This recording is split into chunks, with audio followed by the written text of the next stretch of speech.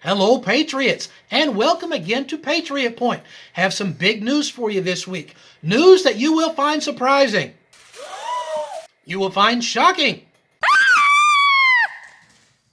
Some of you will find this news to be terrifying. And what news is that?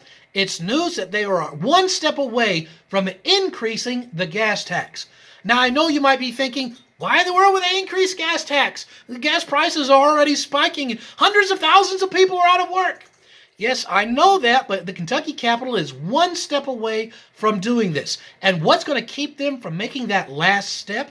It's going to be if you contact the Kentucky Capitol and say, do nothing to increase gas taxes at all. If you would like to call, the number to call the Kentucky Capitol is 1-800-372-7181.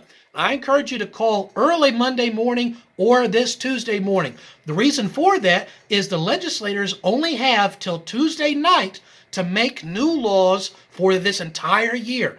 And then after midnight on Tuesday, they are prevented constitutionally from passing any more laws. So this is something that a lot of them are being pressured to add in here on the last 48 hours, kind of go under the radar. Well, we're not going to let that happen.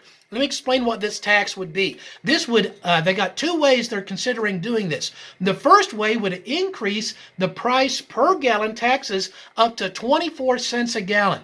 There's another way that they might do it, which would increase Kentucky's sales tax on gas to 34.6 cents per gallon at a time when gas is, again, already going crazy. If you have an electric car, they're going to hit you up with $150 every single year for that. If you're like, well, I've got a hybrid car, well, they're going to hit you with $75 a year for having that. They've come up with something called the fuel efficiency tax, where if you went through the extra expense to buy a fuel-efficient car, government's still going to get money from you. They've decided that they're going to double the price of car registration. Double. If you're going to register a motorcycle, that's going to increase by a little more than 75%. And the way that they've got this rigged, in this bill, it says that at the average price of gas per year, if it goes up, then this tax will automatically increase every year up to 10%. But here's the kick in the teeth. The bill says that if the price of gas average per year goes down, then the tax will decrease. Does it decrease by 10%? No, it says it may only decrease by up to 2%. So every year they might be increasing it by 10, but if it ever goes down, it'll only go down by 2%, never any lower. Well, that is a crooked deal any way you want to slice it. If you want to stop this bill from getting passed, you're going to need to let your legislator know. Don't listen to these special interest groups that are pressuring you to do this. Don't do it, because this movement is not coming from inside the legislature. This is coming from some special interest groups that are trying to pressure them. So we need to call and encourage our legislators. Don't let them pull you. Don't let them push you. Stand with the people in these hard economic times. Again, the number to call the Kentucky Capitol is 1-800-372-7181. I like the words of President Ronald Reagan. He was, again, a pillar for Republican principles of less taxes and less government. President Reagan said, it's not that the government taxes too little. It's that the government spends too much. And that's exactly the truth, especially with this circumstance. Think about this. The United States government already has more money than it knows what to do with. They have sent in these last 2 or 3 stimulus checks billions, that's with a B, billions of dollars overseas for COVID economic stimulus. If they want it to be an economic stimulus to help America, then 100% of that money should be spent in the United States. They should not be spending 1 red cent for foreign aid and still taxing the American people.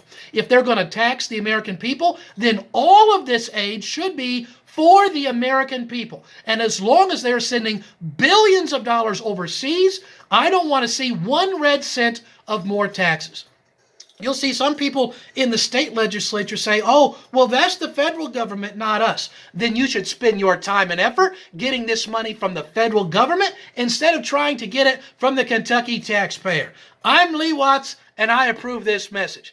And if I was ever in office, that's what I'd be pushing hard and heavy. We're already taxed too much. Think about this. Before you get your paycheck every week, what happens? The government takes taxes out before you ever get your check. And then after you got all your checks for the year, you know what? You got to pay your taxes again on money that they already taxed you for. And then whatever is left, let's say you go out and you buy something, you know what? They're going to tax you again on when you buy something. You've been taxed on this same money 3 different times. Now, let's say you buy something like a car or a property. Well, then they're going to tax you every single year just for the privilege of owning something that you already paid taxes on 3 times already. And then if you pass away and you had some money left over, I've heard about leftover money. I've never actually seen any, but I've heard it's a thing. If you have any leftover money when you pass away and you give it to your kids, the government wants to hit you with inheritance tax and tax you for the 4th or 5th time on the same money. It's too much. Now, let me give you a biblical principle behind this, because here on the program, something that I like to do everything in life is I like to look at these different issues from a Christian, constitutional, common sense point of view. And so let's look at this now from a biblical standpoint. Let me tell you about somebody who increased taxes. In the Bible, in the book of 1 Kings, chapter number 12, it tells a story about a guy in government, King Rehoboam. And the people came to the king and said, listen, king, we've been taxed too much by the previous administration. We'd like you to decrease our taxes. If you do that, we will support you full throttle. So the king thought about it, and he says, you know what? I'm not going to decrease your taxes. In fact, I'm going to increase your taxes. And so the people said, listen, we're not going to support you anymore then. And so King Rehoboam sent the tax collector out to get the taxes from the people. They stoned that guy to death, and then they went and rebelled against the king. The king used to rule the 12 tribes of Israel, but the people left and they said, we will no longer support you in office, and they set up a new king. He was over now the 10 tribes, and the old king who tried to increase the taxes only had 2 tribes left. So that is the biblical story in 1 Kings chapter number 12. I encourage you to read that.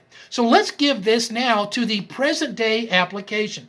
We got a group in power nowadays, and the people are saying, listen, if you will decrease the size of the government, if you'll decrease our taxes, let us keep our own money, we will give you all the support, we will back you.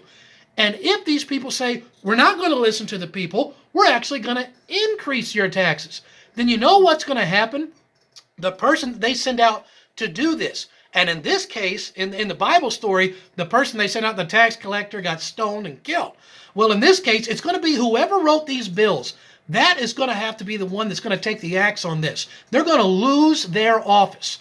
And so even though you might have some of the higher ups saying, yeah, this is great, you write this bill, you know what's going to happen? The people who actually wrote it or the amendments, they're going to be the ones to wind up losing their job.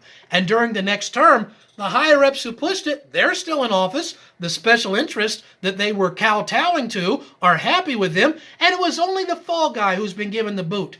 Don't let this happen to you. And then what happened, the people said they stoned the tax collector, and then they said, we're not going to support you anymore, King. We're going to put somebody else in office. And I am pleading with the Republicans, do not do this, fellas, ladies. I love you. I want you to stay in office. I believe in the principles of the Republican Party of less government and lower taxes. But if you break from the principles of the Republican Party and you're going to actually increase the size of government, we've seen that by saying Kentuckians have to comply with all the things the CDC says. That's a bill they passed this year. The CDC, which isn't even based in Kentucky, which isn't even elected officials, so Kentuckians get no influence, no say on all of these basically laws that we have to comply with, increasing bureaucratic government control. That was a bad step. And now if they increase taxes, it's going to be another one, and Kentuckians are going to do one of 2 things. Either one, If you do this and increase the government and you increase taxes, then you will face massive amounts of primary opponents, more than has ever been said in all of Kentucky's history. And if you happen to survive the primaries, there's going to be a huge chunk of Kentucky conservatives that are going to say, I'm not going to vote for the Democrat, but I'm just not going to show up to vote at all because the Republicans are doing the same thing that the Democrats do: bigger government, more taxes. I plead with you, do not listen to those special interest groups. I encourage you to listen to the people.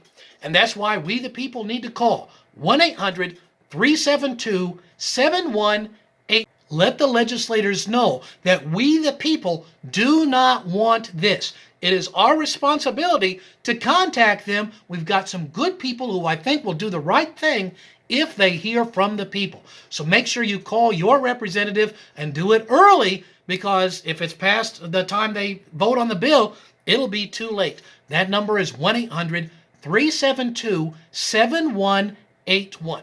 The more that the people get to keep their own money, then the more that they're going to spend on different things. And so the government actually is going to get probably more tax money by letting the people keep their own and spend it how they want. This is something that President Reagan talked about during one of his State of the Union addresses back in '85. Let's listen to these sound Republican economic principles from President Reagan. In 1981, our critics charged that letting you keep more of your earnings would trigger an inflationary explosion, send interest rates soaring, and destroy our economy. Well, we cut your tax rates anyway, by nearly 25%. And what that helped trigger was falling inflation, falling interest rates, and the strongest economic expansion in 30 years. So that's something we've got going on this week, what you can do about it, and I hope that you'll do your part. I also hope that you'll hit that little subscribe button down there at the bottom right of the screen. It really helps the channel out if you subscribe. And if you would like to be notified whenever there's a new video, see, YouTube sometimes kicks me off because they don't like conservatives. So I load the video other places. If you'd like me to send you a notification whenever there's a new Patriot Point video, just send me an email at lee.watts.kentucky@gmail.com, and I'll send you a link to the new video every week. And until next week, I'm Lee Watts for Patriot Point. Stand strong and breathe free.